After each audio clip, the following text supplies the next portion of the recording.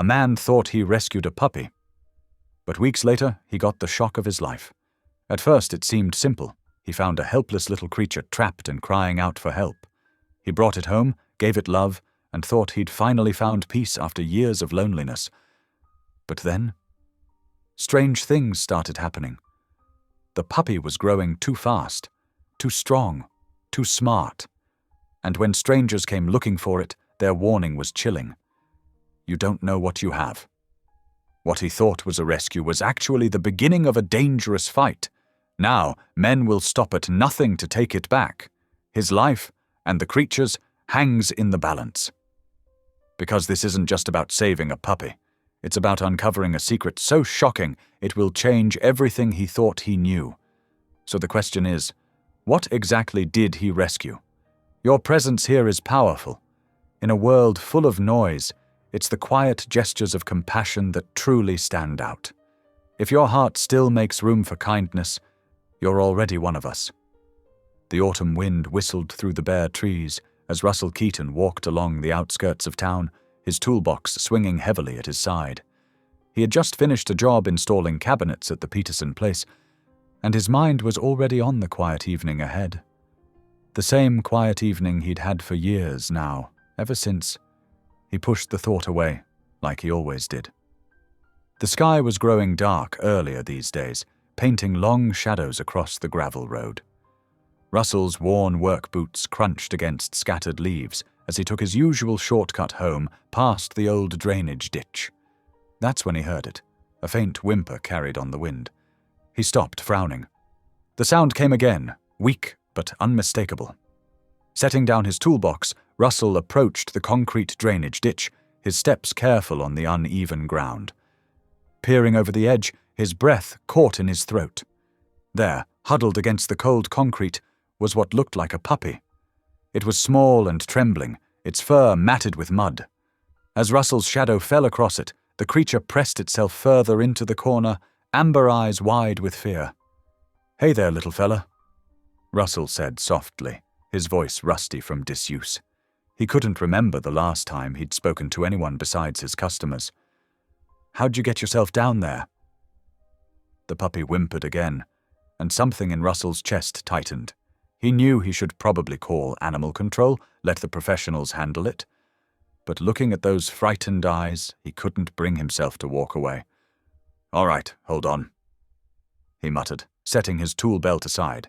The ditch was about 6 feet deep, with steep concrete walls. Russell lowered himself carefully over the edge, trying to find footing on the slick surface.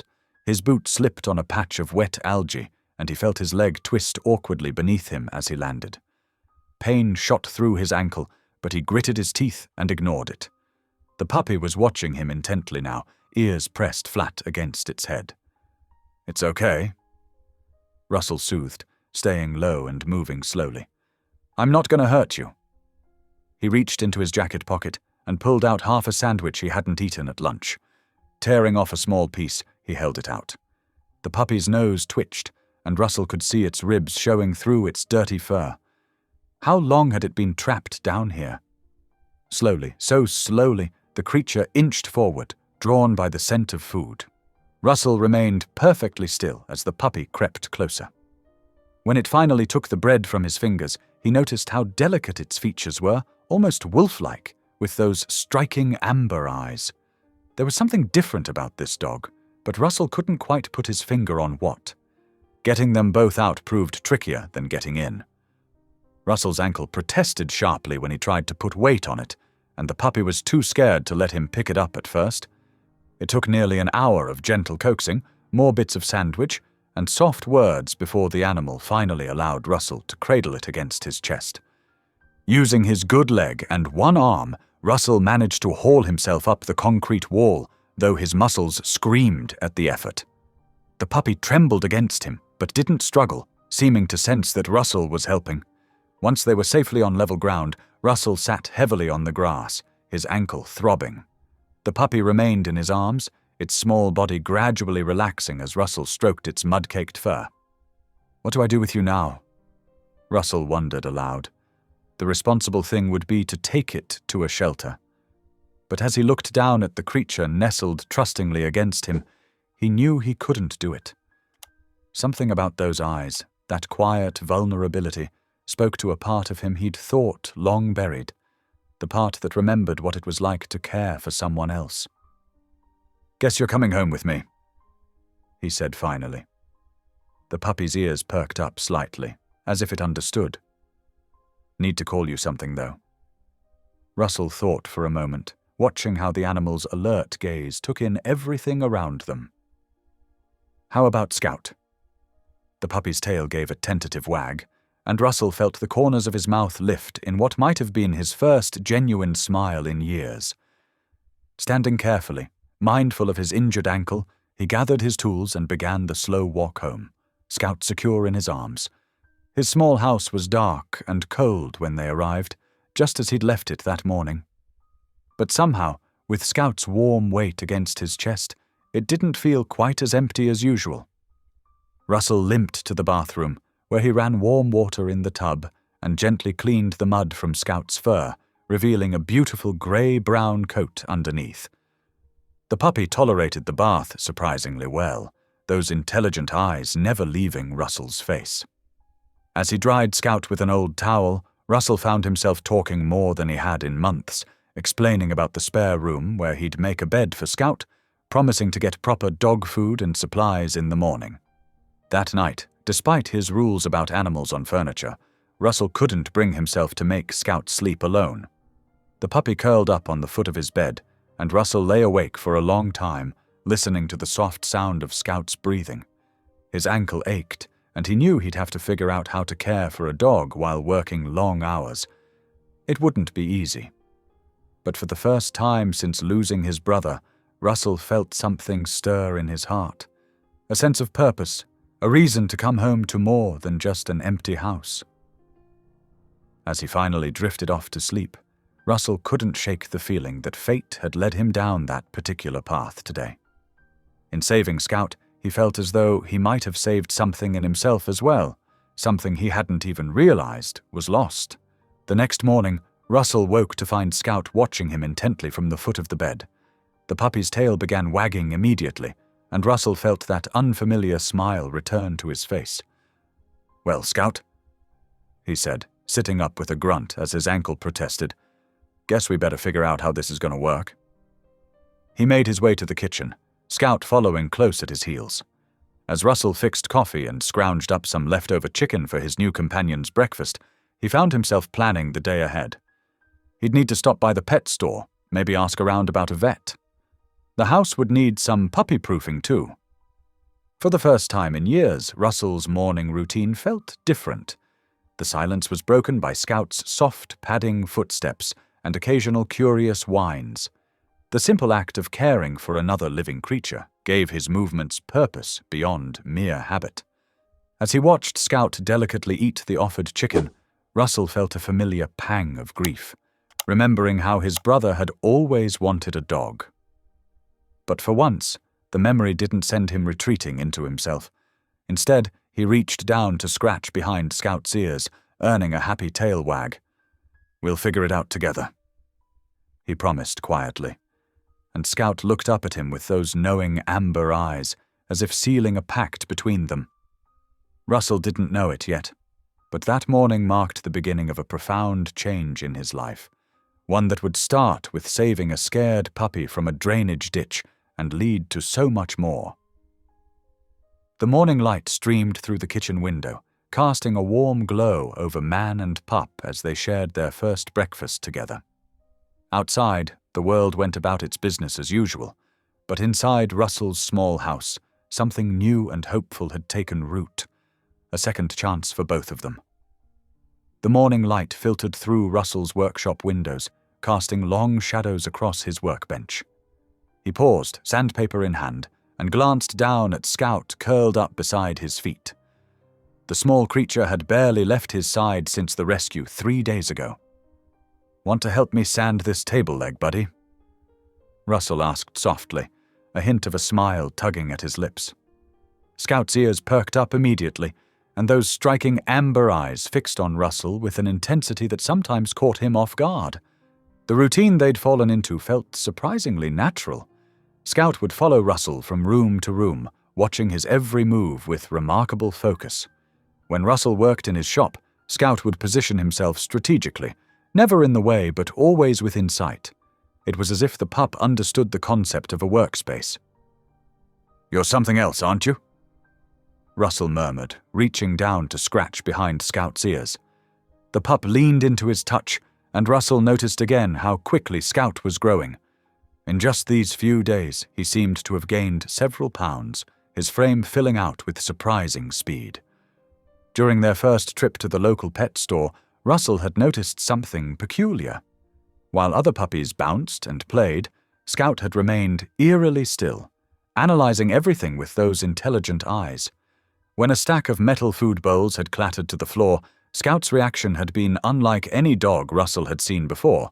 Instead of startling, he'd dropped into a defensive stance, muscles coiled and ready. "Easy there," Russell had soothed, wondering at the response. But Scout had already composed himself, pressing closer to Russell's legs as they continued shopping. At home, Scout's intelligence became more apparent with each passing day. Russell only had to show him something once: where to do his business, where to sleep, what was off limits.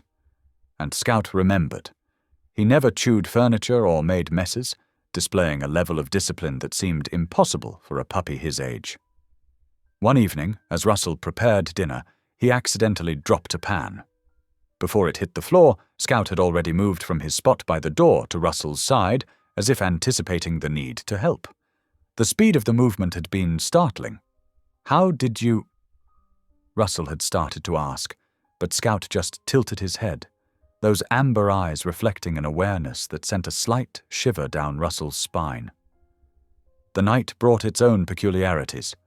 Russell would wake to find Scout stationed by the bedroom window, ears forward, tracking sounds Russell couldn't hear. Sometimes the pup would emit low growls at seemingly nothing, only to stop abruptly when Russell stirred. During their walks, Scout demonstrated strength that belied his size. When a neighbor's cat darted across their path, Scout's sudden lunge had nearly pulled Russell off his feet. The force had been tremendous, and Russell found himself wondering what kind of puppy could display such power. "Just growing strong and healthy," Russell told himself, pushing away the nagging questions. But he couldn't ignore how Scout's features were developing, the way his face was beginning to elongate, how his paw size seemed disproportionate to his body, the increasingly thick coat that was coming in. In his workshop, Russell had created a special corner for Scout, complete with a comfortable bed made from scraps of wood and soft blankets. But Scout preferred to stay close, always vigilant, always watching.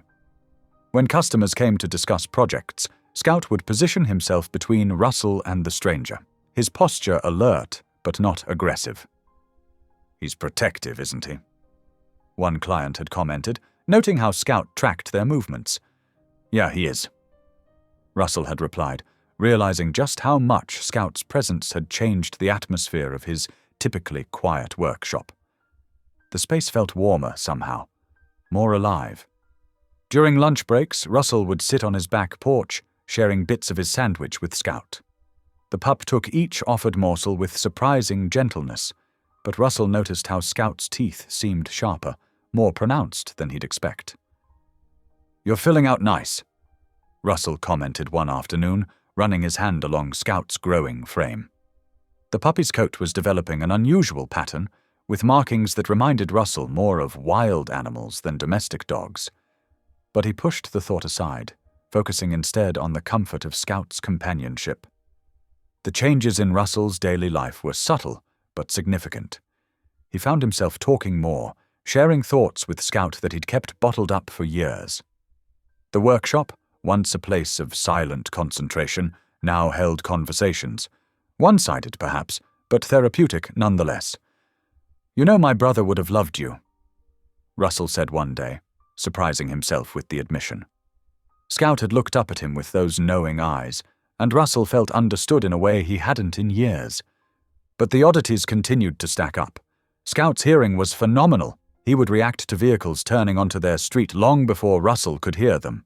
His night vision seemed exceptional. He never stumbled in the dark, and his behavior around other dogs was strange. He showed no interest in playing, instead watching them with an almost calculating gaze. One evening, as they sat on the porch watching the sunset, a wolf's howl echoed from the distant mountains. Scout's reaction was immediate and unsettling. He stood rigid, ears forward, and for a moment Russell could have sworn he saw something wild flash in those amber eyes. The pup's muscles trembled with tension, and a small whine escaped his throat. Not one of fear, but something more primal. "It's okay, boy," Russell said, placing a steadying hand on Scout's back. The fur beneath his palm felt coarser than before, and Scout's frame seemed to have grown even more in just the past few days. Later that night, Russell found himself scrolling through dog breed websites, trying to match Scout's increasingly distinctive features to known breeds. But nothing quite fit. The way Scout moved, the intelligence in his eyes, the rapid growth and strength. It all pointed to something Russell wasn't quite ready to acknowledge. In his heart, he knew Scout wasn't quite what he'd first assumed, but the joy and purpose the animal had brought to his life outweighed his concerns. After years of isolation, of keeping the world at arm's length, Russell had found something worth caring about again. "Whatever you are," Russell whispered as Scout dozed beside his workbench, "you're mine now." The pup's ear twitched at his words, and those amber eyes opened briefly, filled with an understanding that both comforted and unsettled Russell. The days fell into a rhythm, each one bringing subtle changes in Scout that Russell chose to downplay. When Scout cleared a fallen tree in the backyard with a leap that seemed impossible for his size, Russell attributed it to puppy energy. When neighborhood dogs began giving them a wide berth during walks, he convinced himself it was coincidence. But at night, watching Scout's silhouette against the moonlight, Russell couldn't completely silence the questions. The pup's shadow seemed to hold a wild edge, something untamed and ancient. Yet each morning, when Scout greeted him with unconditional devotion, Russell found it easier to push his doubts aside. The bond between them grew stronger with each passing day, built on a foundation of trust and unspoken understanding. Whatever mysteries Scout might hold, he had brought light back into Russell's world, and for now, that was enough. The morning dawned crisp and clear, sunlight streaming through Russell's workshop windows as he carefully sanded the edges of a newly crafted bookshelf. Scout lay nearby on a worn blanket, his amber eyes following Russell's every movement. The peaceful routine they'd established over the past weeks felt natural now, like they'd always belonged together. Russell paused his work, wiping sweat from his brow with his sleeve. "What do you think, buddy? Almost done here." Scout's tail thumped against the floor, and Russell couldn't help but smile. The connection between them had grown stronger with each passing day. The distant sound of engines broke through the quiet. Russell glanced up, noticing Scout's ears suddenly pricked forward, his body tensing. Through the dusty workshop windows, Russell spotted two large black trucks moving slowly down his long driveway, their unmarked sides gleaming in the morning sun. "Stay here," Russell murmured to Scout, though something in his gut told him this wasn't a routine visit from a customer. He stepped outside, squinting as the trucks came to a stop in front of his house. The doors opened, and two men in dark green uniforms emerged, their movements practiced and purposeful. "Mr. Keaton," the taller of the two called out, adjusting his cap. "I'm Officer Matthews from the Regional Wildlife Recovery Unit." He flashed a badge too quickly for Russell to properly examine it. "We're here about a reported animal on your property." Russell's heart began to pound, but he kept his voice steady. "I've got my dog here, if that's what you mean. He's properly registered with the town." The second man, shorter but more muscular, stepped forward. "Sir, we have reason to believe you're harboring a wolf hybrid. These animals are illegal to keep as pets in this state. We'll need to take it into custody immediately." A chill ran down Russell's spine. Wolf hybrid? The words echoed in his mind as pieces started falling into place. Scout's unusual strength, his keen intelligence, the way he moved with such fluid grace. But none of that mattered now. What mattered was the predatory look in these men's eyes, the way they kept glancing past him towards the workshop. "You must be mistaken," Russell said firmly, shifting to block their path. "I found him as a stray. He's just a mixed-breed puppy." "Step aside, Mr. Keaton," Matthews said, his polite tone slipping. "We have authorization to seize the animal." "Show me the paperwork," Russell demanded, his voice growing harder. "Official documentation. Phone numbers I can verify." The shorter man's face darkened. "We don't have time for this."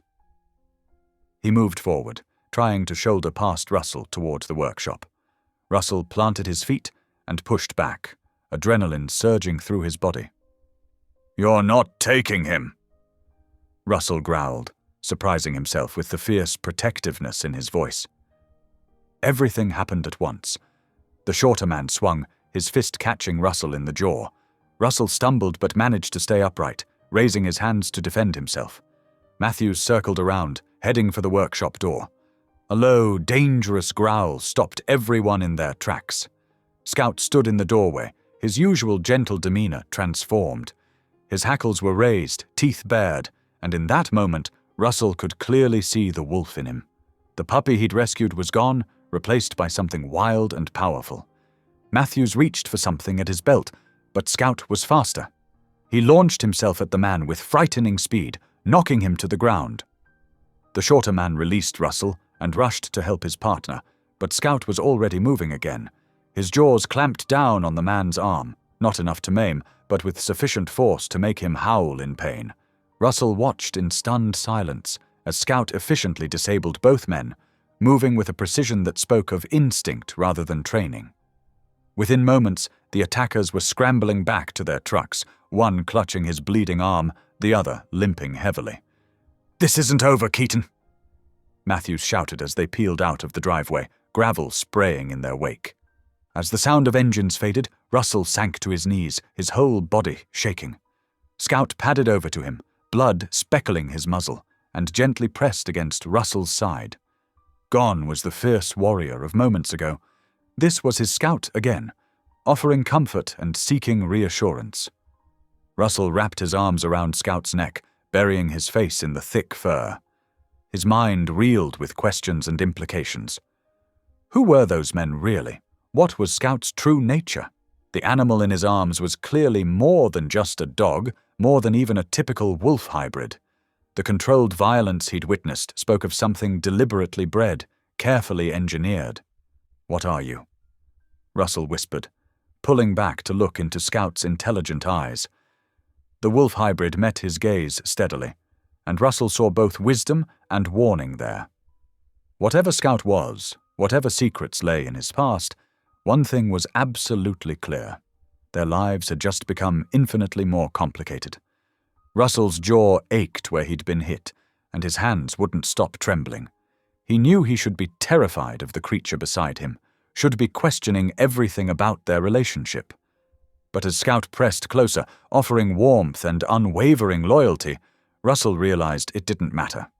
Dog, wolf, or something in between, Scout had just fought to protect him, had chosen him as surely as Russell had chosen Scout that day in the drainage ditch. "We'll figure this out," Russell promised, running his hands through Scout's fur, checking for any injuries. "Whatever's coming, we'll face it together." Scout's tail wagged gently, and he licked Russell's face once, a gesture of pure affection that made Russell's throat tight with emotion. Standing slowly, Russell surveyed his property, knowing their peaceful existence had been shattered. Those men would be back, and next time they'd be better prepared. He needed to understand what he was dealing with, needed to protect Scout from whatever forces were trying to claim him. Inside the workshop, Russell found his phone and began taking pictures of the tire tracks in his driveway, the blood spots on the ground where Scout had defended them. Evidence, though he wasn't sure yet how he'd use it. Scout stood guard at the door, his posture alert but calm, a silent sentinel ready to sound the alarm if danger returned. The morning's events had changed everything, revealing layers of mystery and danger Russell never could have anticipated when he'd first rescued that trembling puppy. But as he watched Scout's powerful form silhouetted in the doorway, he felt no regret. Whatever Scout's true nature, whatever battles lay ahead, Russell knew with absolute certainty that he would fight to keep him safe. The bond between them, forged in compassion and strengthened by trust, would not be broken by fear or violence. He reached down to touch Scout's head, drawing comfort from the solid warmth beneath his hand. "Good boy," he whispered, and meant it with all his heart, even as his mind struggled to reconcile the gentle companion he knew with the fierce protector he'd witnessed. Scout leaned into his touch, and in that simple gesture, Russell found the courage to face whatever would come next. Russell's hands wouldn't stop shaking. He sat at his kitchen table, staring at the blood-spotted cloth he'd used to clean his split lip. The morning sun filtered through the window, casting long shadows across the floor where Scout lay curled up, watchful and alert. The events of the previous hour kept replaying in his mind like a nightmare he couldn't shake. Those men hadn't been from any wildlife unit. Their aggression, their unmarked vehicles, the way they'd tried to muscle their way into his home, it all spoke of something far more sinister. But what haunted Russell most was Scout's reaction. The way the small creature had launched himself at the larger man, moving with a speed and ferocity that seemed impossible for his size. The attacker's scream still echoed in Russell's ears. "What are you, really?" Russell whispered, looking at Scout. The animal's amber eyes met his, intelligent and somehow knowing. Those eyes, they weren't a dog's eyes at all. Russell had been fooling himself, wanting so badly to believe in the simple comfort of having found a stray puppy. Getting up from the table, his muscles protesting from the fight, Russell walked to his laptop. He hadn't used it much since his brother's death, but now he needed answers. His fingers moved across the keyboard, searching for information about wolf-dog hybrids, wild canines, and local animal breeding operations. Hours passed as Russell dove deeper into his research. The more he read, the more his stomach knotted. Scout's features, his behavior patterns, his extraordinary capabilities, everything pointed to wolf ancestry, and not distant heritage either. This was something much closer to pure wolf than dog. Illegal breeding. Russell muttered, scrolling through news articles. One name kept appearing in the background of local stories about land disputes and wildlife regulations. Clyde Rourke. The wealthy rancher owned vast tracts of land outside town, and there were whispered rumors about what went on in the more remote areas of his property. Scout padded over and rested his head on Russell's knee, letting out a soft whine. Russell absently stroked the animal's head, noting how the fur pattern and texture were nothing like a domestic dog's. He'd been blind to these details before, or maybe he'd just chosen not to see them. "Those men worked for Rourke, didn't they?" Russell said quietly. Scout's ears twitched at the name, and a low growl rumbled in his throat. The reaction sent chills down Russell's spine. "That's why they came here. You escaped from his operation." Standing up, Russell paced the room, his mind racing. Rourke was powerful, connected to local politicians and law enforcement. Fighting him would be like fighting a mountain. The smart thing would be to walk away, to hand Scout over and return to his quiet life of solitude. But as Russell looked at Scout, memories flooded back. The creature's trembling form in that drainage ditch, the trust in those amber eyes, the way Scout's presence had somehow made his empty house feel like a home again. For the first time since losing his brother, Russell had found something worth protecting, something that gave his days meaning beyond mere existence. Moving to the window, Russell checked the street outside. No sign of the unmarked trucks, but he knew they'd be back. Rourke wouldn't give up easily.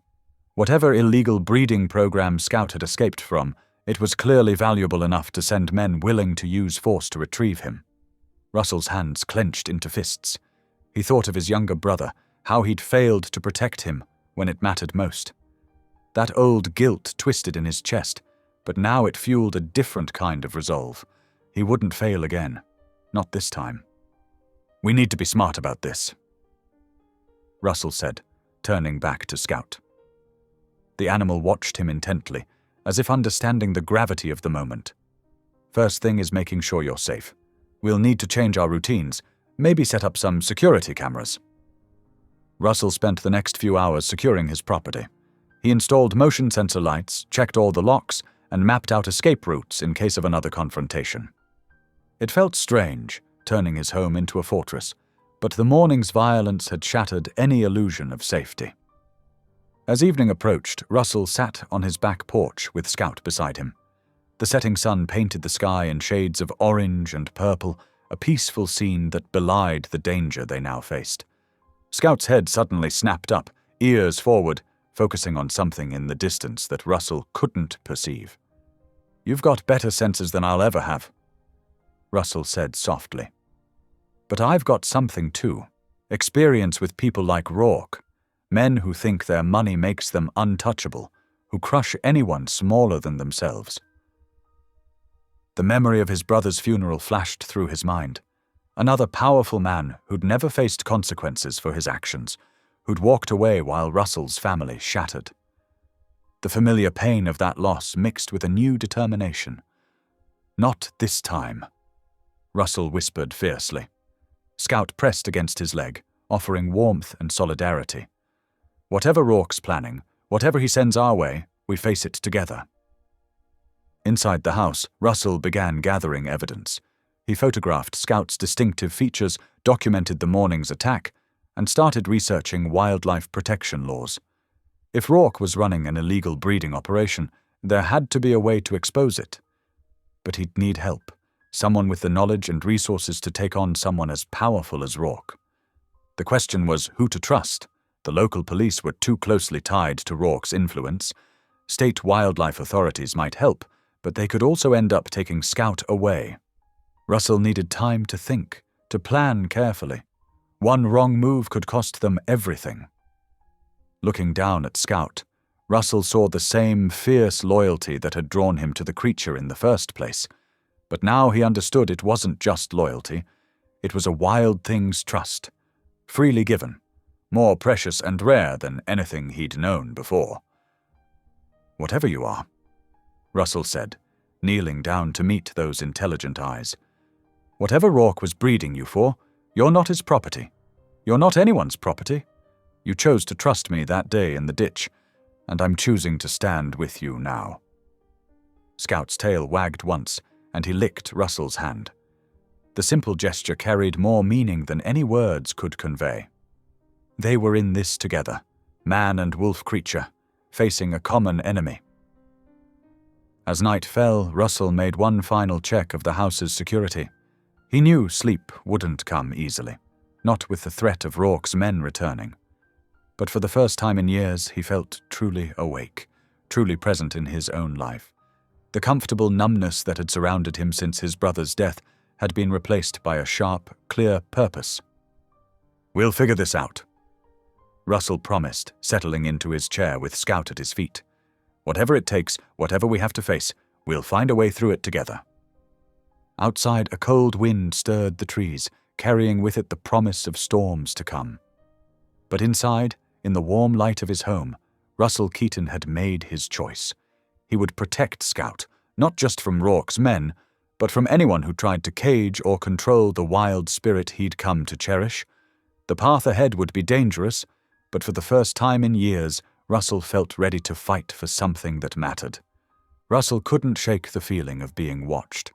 Every morning for the past week, a dark sedan had idled at the corner of his street, its tinted windows concealing whoever sat behind the wheel. The car would disappear whenever he tried to get a closer look, only to reappear hours later like a persistent shadow. Scout sensed the change too. The wolf hybrid's amber eyes tracked movement beyond the windows, his muscles tense beneath his growing frame. He'd grown considerably in the weeks since Russell had found him, and there was no denying his wild heritage now. Those powerful jaws and watchful eyes belonged to something far removed from a common house pet. On Tuesday morning, Russell's next-door neighbor, Martha, knocked on his door, her usually cheerful face drawn with worry. "Russell, I got the strangest call last night," she said, wringing her hands. "Some man asking about your dog. Said it would be safer for everyone if I reported anything unusual I saw at your place." Russell's stomach clenched. "What did you tell them?" "Nothing, of course. But Russell—" Martha glanced over her shoulder, lowering her voice. "They knew things about my grandchildren. Where they go to school, it wasn't right." The threat was clear as day. Rourke was sending a message. No one around Russell was safe. He thanked Martha and spent the rest of the day reinforcing his doors and windows, though he knew it wouldn't be enough against someone with Rourke's resources. That night, Russell lay awake in bed, Scout's warm body pressed against his side. The wolf hybrid's ears kept twitching at sounds too faint for human hearing. Around 2 o'clock in the morning, Scout suddenly lifted his head, a low growl rumbling in his chest. Russell smelled it before he saw it. Smoke, thick and acrid, seeping under his bedroom door. His heart hammering, he grabbed the go-bag he'd prepared and followed Scout down the hallway. The workshop attached to his house was already engulfed in flames, orange light dancing through the windows as his years of work went up in smoke. They escaped through the back door just as the fire spread to the main house. Russell watched helplessly as everything he'd built, every piece of furniture he'd lovingly crafted, became fuel for Rourke's message. The fire department arrived too late to save anything but the foundation. As dawn broke over the smoldering ruins, Russell sat in his truck with Scout, both of them covered in soot. His phone showed 3 missed calls from unknown numbers. When it rang again, he answered. "A shame about your workshop, Keaton." Clyde Rourke's voice was smooth as oil. "Electrical fires can be so devastating. Next time, it might not start in an empty building." Russell's grip tightened on the phone. "You won't get him." "That animal is my property," Rourke said, all pretense dropping from his voice. "You're just a carpenter who's in over his head. How many more people need to get hurt before you understand that?" The line went dead, leaving Russell with the weight of Rourke's words. He looked at Scout, who met his gaze with unwavering loyalty. The wolf hybrid had saved him from Rourke's men before, but this was different.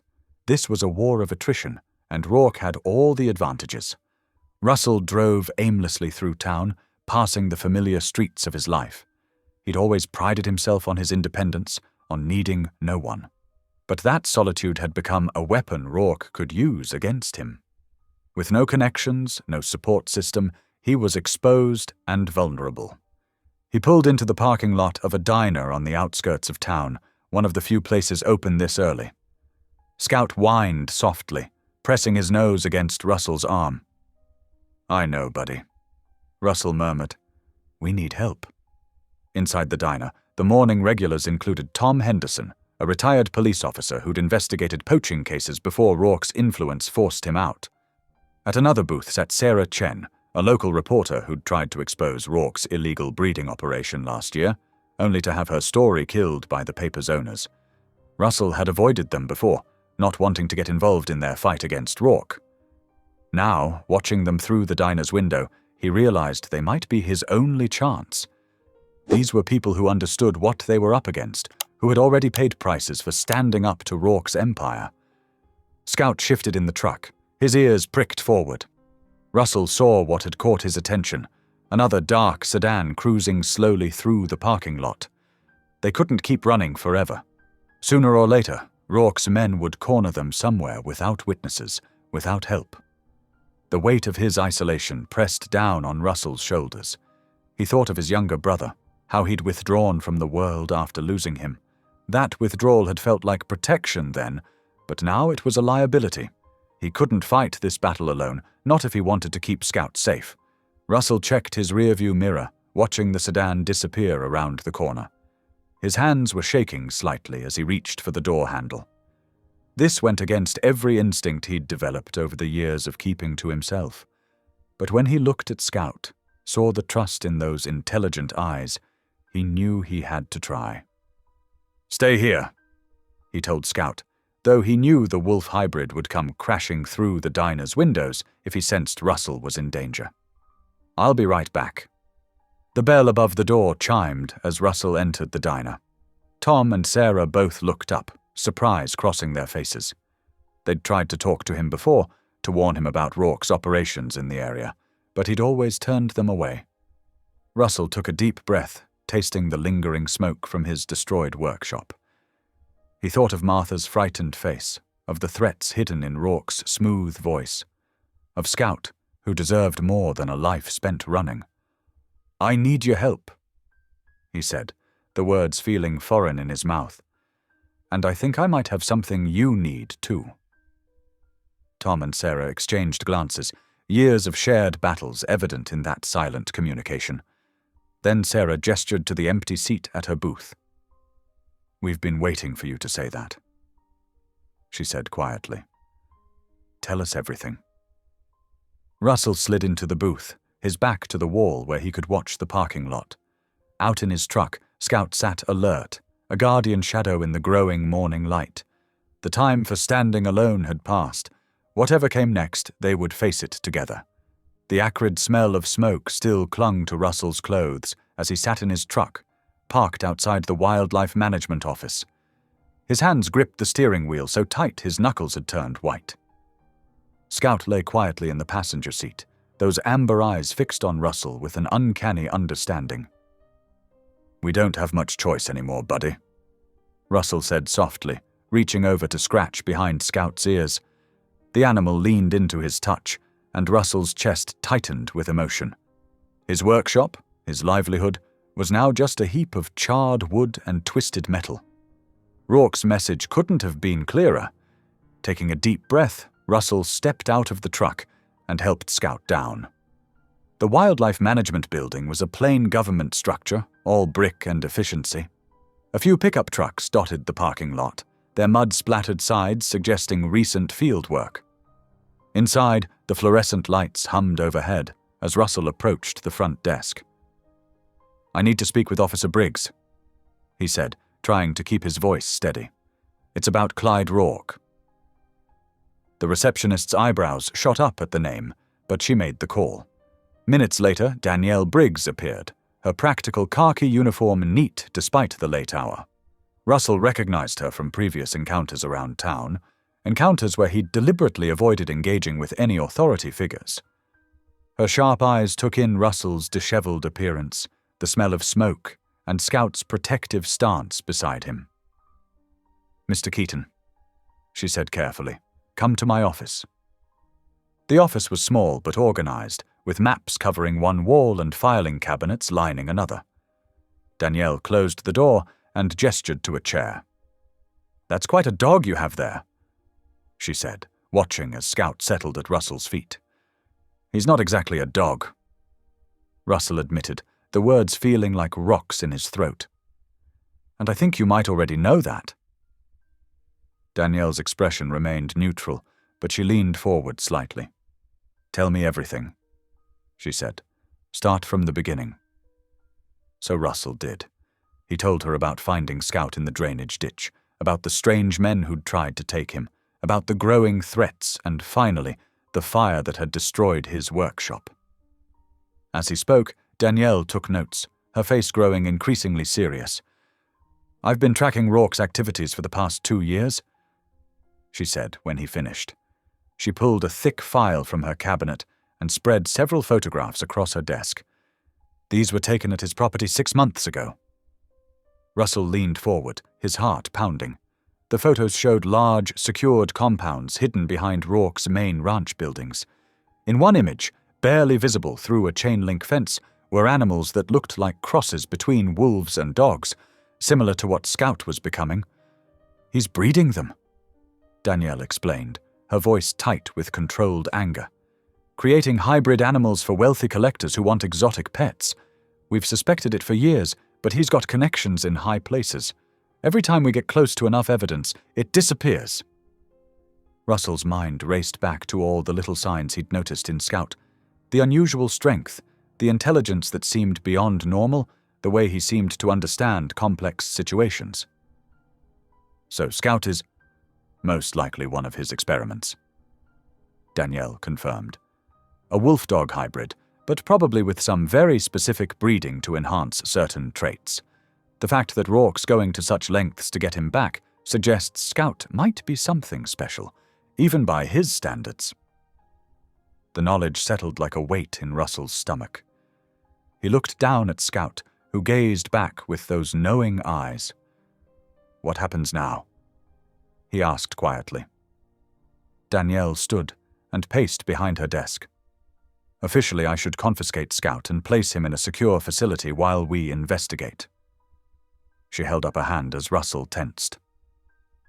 "But we both know that's exactly what Rourke would want. It would make it easier for him to get Scout back through his political connections." Relief flooded through Russell, but it was quickly replaced by uncertainty. "So what are you suggesting?" "A partnership," Danielle said firmly. "You keep Scout safe and I'll help you do it. Meanwhile, we work together to gather enough evidence to bring Rourke down, not just for the fire at your workshop, but for his entire operation." Russell studied her face, looking for any sign of deception. He'd spent years avoiding entanglements, protecting himself from further loss by keeping everyone at arm's length. But as Scout pressed against his leg, he realized those days of isolation were over. He'd already chosen to fight when he'd refused to give Scout up. "It won't be easy," Danielle warned. "Rourke's ruthless, and he's got resources we can only guess at. But I'm tired of watching him operate with impunity, and you've already proven you're willing to stand up to him." Russell nodded slowly. "What's our first step?" Danielle pulled out a map of the county. "We need to document everything. Every threat, every encounter, every piece of evidence we can find. I have some contacts in neighboring counties who've been building cases against similar operations. We'll need to be careful. Rourke has eyes everywhere." As they began to plan, Russell felt something he hadn't experienced in years. The sense of not being alone.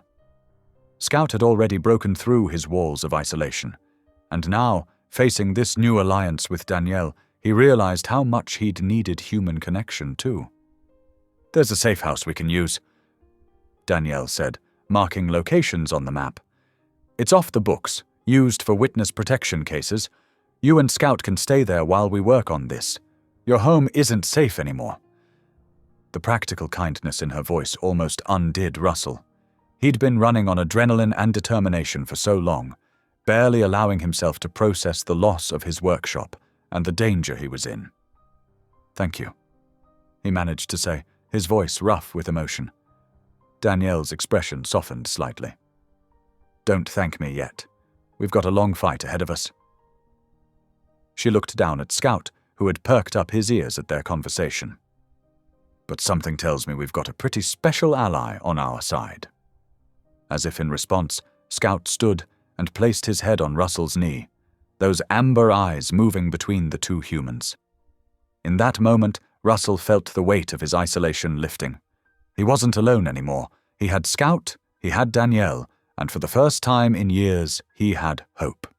Together, they spent the next few hours mapping out their strategy, marking safe locations, and establishing secure ways to communicate. With each detail they planned, Russell felt more certain about his decision to trust Danielle. She was thorough, professional, and most importantly, genuinely committed to bringing Rourke to justice. "Remember," Danielle said as they prepared to leave, "from now on, we have to assume we're being watched. Be careful who you talk to, where you go. I'll contact you through the secure channels we discussed." Russell nodded, gathering Scout's leash. "I understand. And Danielle, thank you for believing me." She smiled slightly, the first real smile he'd seen from her. "Thank you for being brave enough to come forward. Now go get some rest. Tomorrow we start fighting back." As Russell left the office with Scout at his side, the weight of everything still pressed down on him. The loss of his workshop, the danger they were in, the uncertainty of what lay ahead. But for the first time since this all began, he didn't feel overwhelmed by it. He had an ally now, someone who understood what they were facing and had the knowledge and resources to help. Scout pressed against his leg as they walked to the truck, a quiet reminder that he wasn't facing this alone. Whatever Rourke had intended Scout to be, whatever experiments had created him, none of that mattered now. They were in this together, and with Danielle's help, they had a fighting chance. Russell sat across from Danielle at her small desk in the wildlife office, his shoulders tense as she spread out a stack of files. Scout lay at his feet, amber eyes alert and watchful. The overhead fluorescent lights hummed quietly as Danielle pulled out photograph after photograph. "These were taken 3 years ago during a failed raid on one of Rourke's properties," she explained, her voice tight with contained anger.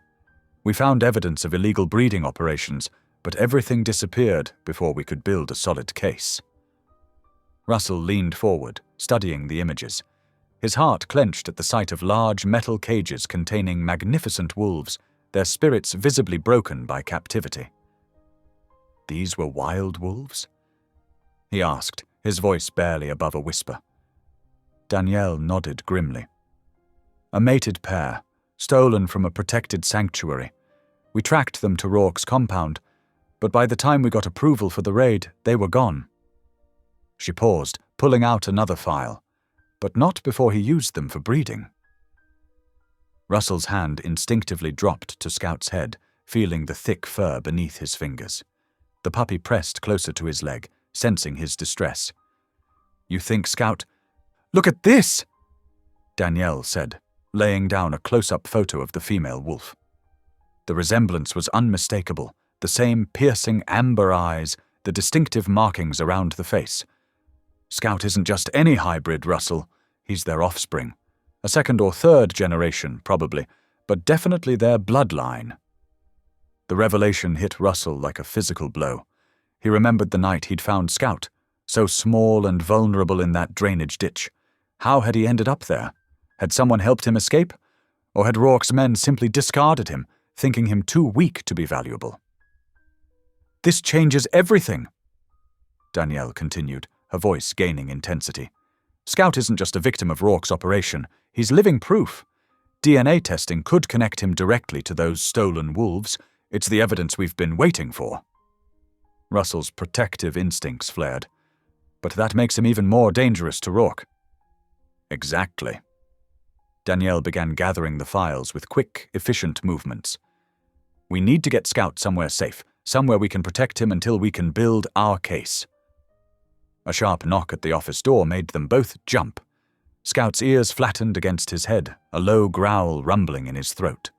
Through the frosted glass, they could see multiple shadows. "Ms. Briggs?" a male voice called out. "We need to speak with you about an ongoing investigation." Danielle's face went pale. "Back door," she whispered, quickly shoving the files into her bag. "They shouldn't be here this late. Something's wrong." They moved swiftly and silently through the darkened office. Scout padded noiselessly beside them, his body tense and alert.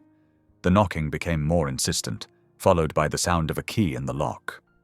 Rourke must have connections in the department. Danielle muttered as they slipped out into the cool night air. "We need to—" Her words cut off as headlights suddenly blazed to life in the parking lot, illuminating 4 men advancing toward them. Russell recognized 2 from the attack at his house, their faces hard with purpose. "Run!" Danielle shouted, shoving Russell toward her truck. They sprinted across the pavement as shouts erupted behind them. Scout bounded ahead, his powerful legs carrying him effortlessly. The first shot cracked through the night air like thunder. Russell felt the wind of it pass his cheek. He grabbed Danielle's arm, pulling her behind a parked car as more bullets pinged off metal and concrete around them. "Keys!" Danielle fumbled in her pocket, pressing them into Russell's hand. "Get to the truck. I'll cover you." She pulled her service weapon, returning fire over the hood of the car. The attacking men scattered, diving for cover. Russell seized the moment, running in a low crouch toward Danielle's truck with Scout at his heels. His hands shook as he jammed the key into the door lock. Scout leaped into the cab as soon as the door opened. More shots rang out, and Russell heard Danielle cry out. He turned to see her clutching her arm, blood seeping between her fingers. "Danielle." He started toward her, but she waved him back. "Go!" she shouted, still firing with her good hand. "Get Scout out of here. I'll be fine. They want him, not me." Russell's instincts screamed at him to help her, but he knew she was right. Scout was the priority. The evidence they needed to bring Rourke down. He threw himself into the driver's seat, gunning the engine to life. The truck's tires squealed as he reversed, then shot forward. In the rearview mirror, he saw Danielle duck behind another vehicle as more of Rourke's men emerged from the shadows. His heart pounded as bullets struck the truck's body, but none penetrated the cab. Scout crouched on the passenger seat, his muscles coiled tight, watching everything with those intelligent eyes. Russell reached over to grip his fur, drawing strength from the contact as he swerved onto the main road. "It's okay, boy," he murmured, though his voice shook. "We're going to make it." They drove through the night, taking back roads and switching directions randomly to shake any pursuit. Russell's mind raced, trying to process everything they'd learned. Scout wasn't just some escaped experiment, he was the key to exposing years of criminal activity. His very existence threatened Rourke's entire empire. After an hour of driving, Russell finally pulled into an abandoned logging road, killing the engine and lights. The forest pressed close around them, offering temporary shelter in its shadows. Scout sat up straighter, his ears swiveling to catch every sound in the darkness. Russell pulled out his phone, his hand steadier now. Danielle had given him her personal number earlier, but his call went straight to voicemail. He sent a text, hoping she'd see it. "Safe for now. Are you okay?" Long minutes passed before a response came. "At hospital. Minor wound. Don't contact this number again. We'll find you when safe. Keep moving." Russell let out a shaky breath, reaching over to scratch behind Scout's ears. The wolf hybrid leaned into his touch, offering silent comfort. They'd survived the ambush, but Russell knew this was just the beginning. Rourke would come at them with everything he had now. "Looks like it's just you and me for a while, buddy," Russell said softly. Scout's amber eyes met his, full of trust and determination. Whatever came next, they would face it together. Their bond, forged in that drainage ditch and strengthened through every challenge, had never felt stronger. As the adrenaline slowly faded, Russell felt the weight of their situation settling over him. They needed a plan, somewhere to go where Rourke couldn't find them. But for now, they had to rest and regroup. He reclined his seat slightly, keeping one hand on Scout's back. The night wrapped around them like a protective blanket, hiding them from those who would do them harm. Through the windshield, stars peeked through the forest canopy, reminding Russell that even in the darkest times, light found a way to shine through. The late afternoon sun cast long shadows across Danielle's small office as Russell slumped in a worn leather chair, his body aching from their narrow escape. Scout lay at his feet, amber eyes alert despite their exhaustion. The wolf hybrid hadn't left Russell's side since the ambush, staying closer than ever. "We need to be smarter about this," Danielle said, pacing behind her desk. Her usually neat ponytail was disheveled, and a small cut above her eyebrow served as a reminder of how close they'd come to disaster. "Rourke's men nearly had us. We can't keep playing defense." Russell rubbed his face, feeling the rough stubble beneath his palms. Those weren't just hired muscle back there. They knew what they were doing. His voice was hoarse from the dust they'd kicked up during their escape. "They're ex-military, most likely," Danielle replied, stopping to lean against her filing cabinet. "Rourke doesn't skimp on security, but that's actually good news for us." Russell looked up, confusion clear on his face. "How is that good news?" "Because it proves he's worried. He wouldn't send his best unless he knew how much trouble Scout could cause him." She pulled out a thick folder and dropped it on her desk. "I've been making calls to my federal contacts. They're interested, Russell. Very interested." Scout's ears perked up at the sound of his name, and he pressed his warm body against Russell's leg. Russell reached down automatically to scratch behind the hybrid's ears, finding comfort in the familiar gesture. "The compound," Russell said slowly, pieces clicking into place. "That's where it all happens, isn't it? The breeding, the training." Danielle nodded, spreading out satellite photos across her desk. "We've suspected for years, but could never get enough evidence for a warrant. But now," she gestured to Scout, "we have living proof of his illegal breeding program sitting right here." Russell's stomach churned as he looked down at Scout. The thought of using him as evidence, of putting him at risk.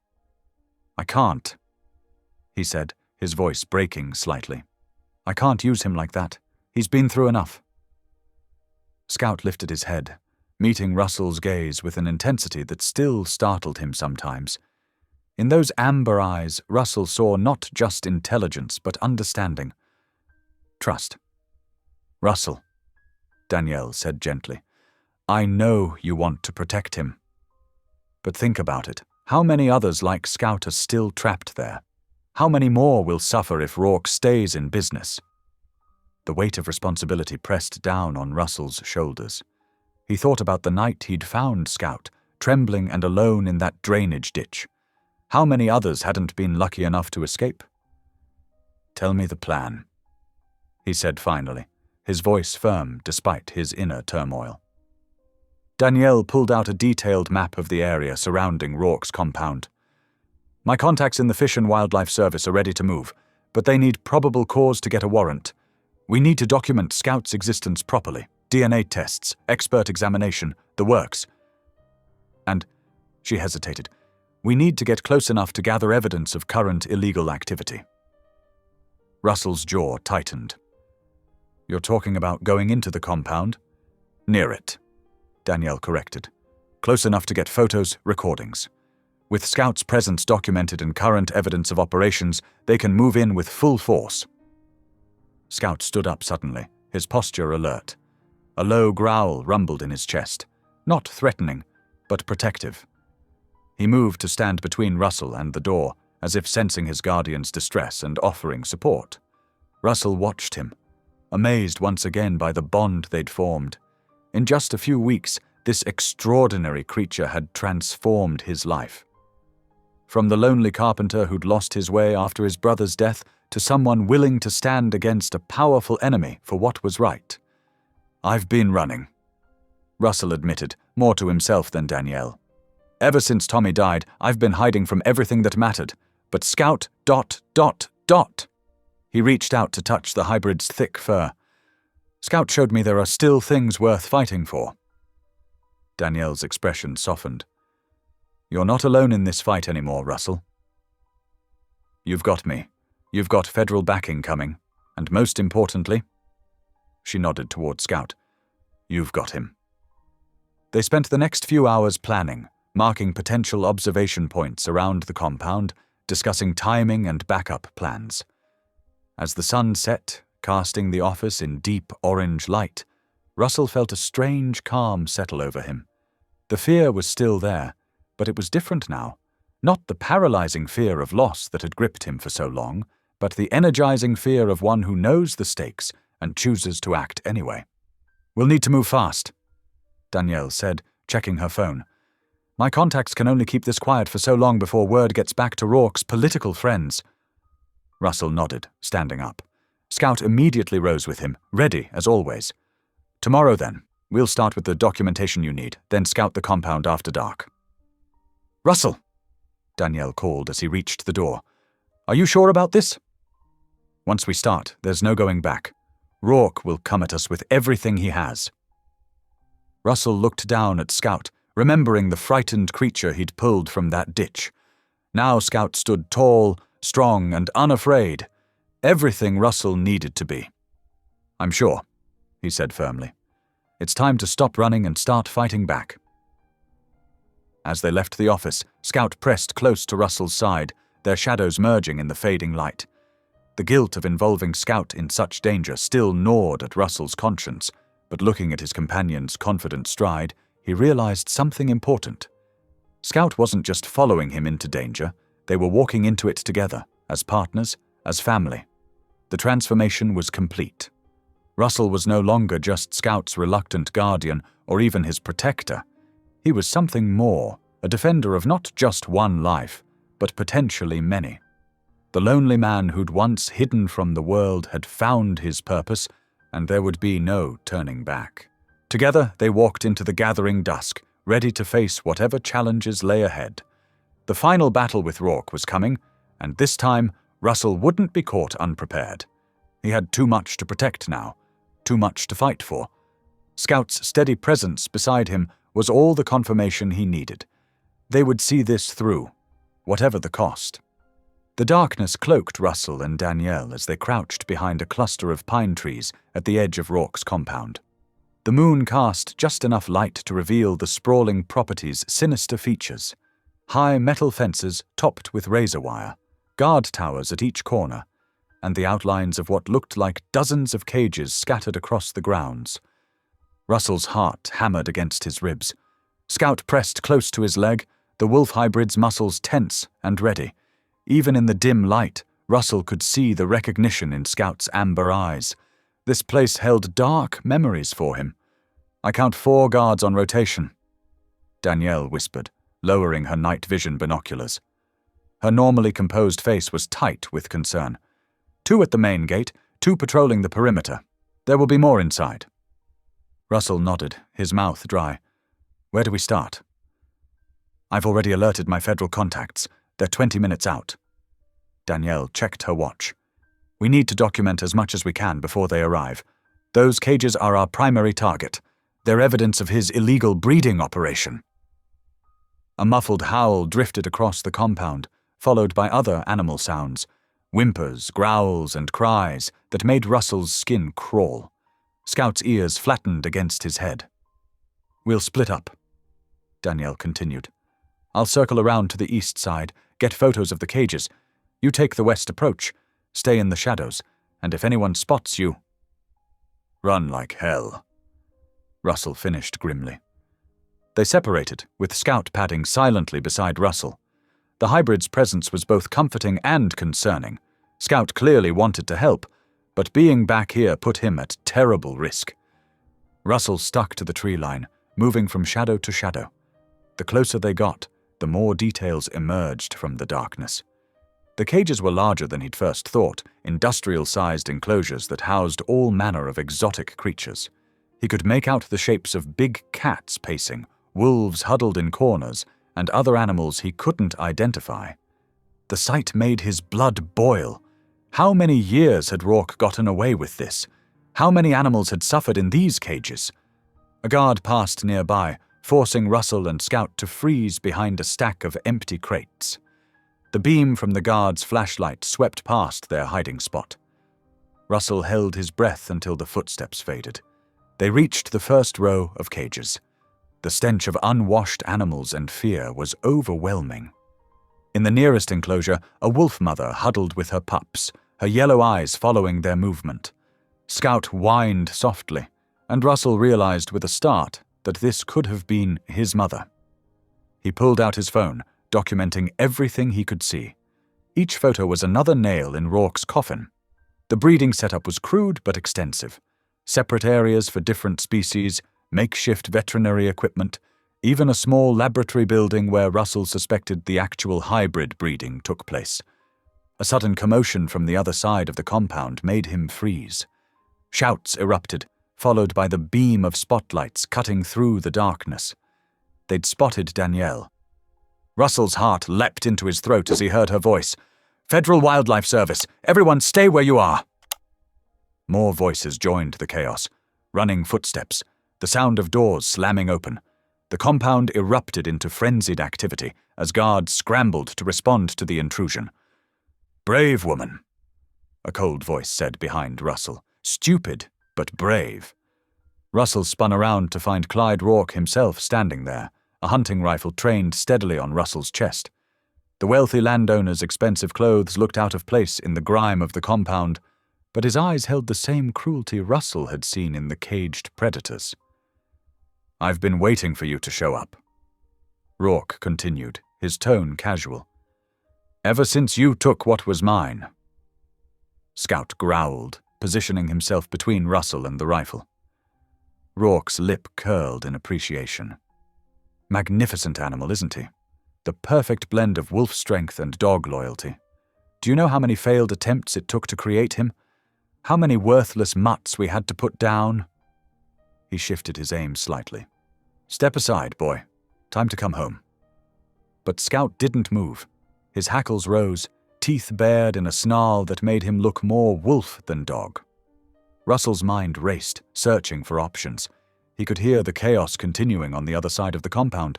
Danielle was keeping most of the guards occupied, but help wasn't here yet. "He's not your property," Russell said, his voice steady despite his racing heart. "None of these animals are. It's over, Rourke. The feds are already on their way." Rourke's face darkened. "You think I haven't bought my way out of worse situations? Money talks, Mr. Keaton, and dead men tell no tales." The rifle came up. Time seemed to slow down. Russell saw Rourke's finger tightening on the trigger, saw Scout's muscles bunch as he prepared to launch himself forward. The hybrid was going to sacrifice himself to save Russell. "No!" Russell shouted, but Scout was already moving. The wolf hybrid's powerful body collided with Rourke just as the rifle went off. The shot went wide, and Russell seized his chance. He threw himself forward, wrestling for control of the weapon. Rourke was strong, but rage and desperation gave Russell strength he didn't know he had. They struggled, the rifle between them, each fighting for leverage. Scout circled them, looking for another opening to help. Russell could hear sirens in the distance. Help was coming, but would it be in time? Rourke slammed his knee into Russell's stomach, trying to shake him loose. Russell held on, his fingers searching for the rifle's trigger guard. He found it, managed to wrench the weapon sideways. Rourke lost his balance for just a moment. It was enough. Russell twisted the rifle from Rourke's grasp and stepped back, now holding the weapon himself. Scout moved to his side, teeth still bared, as Rourke slowly raised his hands. "You don't have it in you," Rourke sneered. "You're just a simple carpenter who got in over his head." Russell kept the rifle trained steady. "Maybe, but I'm not alone anymore." The sirens grew louder. Flashlights bobbed through the darkness as federal agents swarmed the compound. Danielle's voice carried over the chaos, directing them to secure the scene. Rourke's face twisted with fury as he realized his empire was crumbling around him. Russell waited until 2 agents approached before lowering the rifle. They took Rourke into custody, reading him his rights as they led him away. More agents spread through the compound, documenting evidence and beginning to assess the animal's conditions. Scout pressed against Russell's leg, and Russell dropped to his knees, wrapping his arms around the hybrid's neck. "Thank you," he whispered into Scout's fur. "You saved my life." Scout licked his face once, a gesture of pure loyalty that made Russell's throat tight with emotion.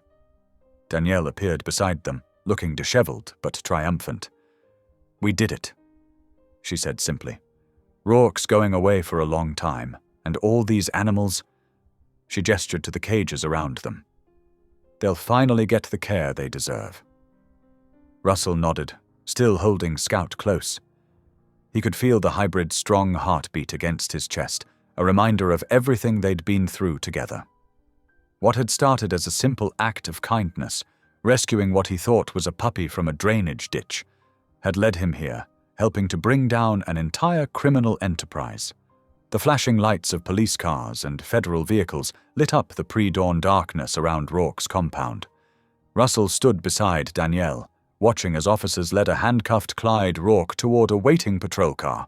The powerful landowner's expensive ranch attire was now dirty and torn, his weathered face twisted with rage as he caught Russell's eye. "You have no idea what you've done," Rourke spat, struggling against the officers. "Everything I built—" "Save it for the judge." Danielle cut him off, her voice firm. She placed a steady hand on Russell's shoulder. "It's over." Scout pressed against Russell's leg, a warm, solid presence. Russell reached down to scratch behind his ears, still amazed by how their paths had crossed that rainy night at the drainage ditch. What had started as a simple act of kindness had led to this moment, the takedown of an illegal animal trafficking empire. All around them, wildlife officers and veterinarians were documenting and treating the animals found in Rourke's cages. The scope of his operation was staggering. Exotic cats, rare birds, and other protected species filled the compound's holding areas. Many showed signs of neglect and abuse that made Russell's stomach turn. "We found the breeding records," Danielle said quietly. "Multiple generations of wolf hybrids, including Scout's parents. The DNA evidence alone will put Rourke away for a long time." Russell nodded, his throat tight. What happens to all of them now? The exotic animals will go to sanctuaries equipped to care for them. As for Scout ... She hesitated, and Russell felt his heart constrict. He'd known this moment was coming, but that didn't make it any easier. He can't stay with me, can he? His voice was rough with emotion. Danielle shook her head gently. He's part wolf, Russell. Legally, he needs to be in a protected environment. But I've made arrangements with a wildlife reserve about 3 hours north. They specialize in wolf rehabilitation and conservation. They've agreed to take him. Russell watched Scout, who had grown so much from the trembling puppy he'd rescued. His amber eyes were alert, his powerful frame a reminder of his wild heritage. As much as it hurt, Russell knew keeping Scout in town wouldn't be fair to him. He needed space to run, to be who he truly was. When? He managed to ask. They can take him tomorrow. I thought you might want one more night to say goodbye. Russell nodded gratefully. That night, he brought Scout back to his workshop. Rebuilt now after the fire Rourke's men had set. Scout seemed to sense something was different. He stayed especially close, resting his head on Russell's knee as they sat together on the front steps. You know, Russell said softly. For the longest time after my brother died, I couldn't let anyone in. Couldn't risk caring that much again. He ran his fingers through Scout's thick fur. Then you came along, stuck in that ditch, needing someone to take a chance on you. Scout's ears perked up at his voice, those intelligent eyes fixed on Russell's face. The bond between them was unlike anything Russell had experienced. Pure, unconditional, healing. You gave me back something I thought I'd lost forever. Russell continued, his voice thick with emotion. Hope, purpose, the courage to fight for what matters. He smiled through the tears gathering in his eyes. You saved me, buddy, and now it's time for me to do what's best for you. The next morning dawned clear and crisp. Russell drove Scout to the reserve himself, following Danielle's truck along winding mountain roads. The preserve spread across hundreds of acres of protected wilderness, perfect for a creature with Scout's unique nature. The director, a kind-faced woman named Sarah, met them at the main facility. She explained how Scout would be gradually introduced to the resident wolf pack, how they would monitor his adaptation to his new environment. Russell listened, trying to focus on the practical details instead of the growing ache in his chest. He'll have a good life here, Sarah assured him, and you're welcome to visit, though we'll need to coordinate times to ensure it doesn't interfere with his integration. Russell knelt beside Scout one last time, holding his face between his hands. You be good, okay? Show them what a special guy you are. Scout whined softly, pressing his forehead against Russell's chest. I love you, buddy. Thank you for everything. Standing back up was one of the hardest things Russell had ever done. He watched as Sarah gently took Scout's lead, speaking to him in soothing tones. Scout looked back at Russell, and in that moment, Russell saw not just the puppy he'd rescued, but a magnificent creature who had helped him find his own strength again. Danielle stood beside him as Scout disappeared into the facility with Sarah. You did the right thing, she said softly, for both of you. Russell wiped his eyes with the back of his hand. I know. And he did know. Deep in his heart, past the pain of letting go, he understood this was how it needed to be. Scout had never truly belonged to him. Their paths had crossed for a reason, but now each had to follow their own way forward. On the drive home, Russell felt different. The grief was there, but it wasn't the same crushing weight he'd carried after losing his brother. This was a bittersweet ache, tempered by gratitude for what he and Scout had shared. Their time together had changed him, had shown him he was still capable of deep love and fierce protection. In the weeks that followed, Russell threw himself into his carpentry work with renewed purpose. He volunteered at the local animal shelter, using his skills to build better enclosures. Sometimes people would ask about the wolf dog who had helped bring down Clyde Rourke's operation. Russell would smile, remembering Scout's loyalty, his courage, his unconditional love. The first time he visited Scout at the reserve, 2 months later, his heart swelled with pride. Scout had adapted well, running with the pack, but still lighting up at the sight of Russell. He was where he belonged, wild and free, yet carrying forever the connection they had forged. Standing at the observation point, watching Scout move confidently through his new home, Russell felt truly whole for the first time in years. The wounds of his past had healed, transformed by the love of a remarkable creature who had needed him as much as he had needed Scout. Together they had faced down evil, protected each other, and found their way to healing. As the sun set over the reserve, painting the sky in brilliant colors, Russell smiled. Some might call it chance that led him to that drainage ditch on a rainy night, but he knew better. Sometimes the most profound changes in life come disguised as simple acts of kindness, and the most powerful healing arrives on 4 paws, with amber eyes and an unwavering heart. Thanks for watching. If any part of this story lingered with you, consider subscribing. I'll be here again tomorrow, sharing another tale that speaks to the soul.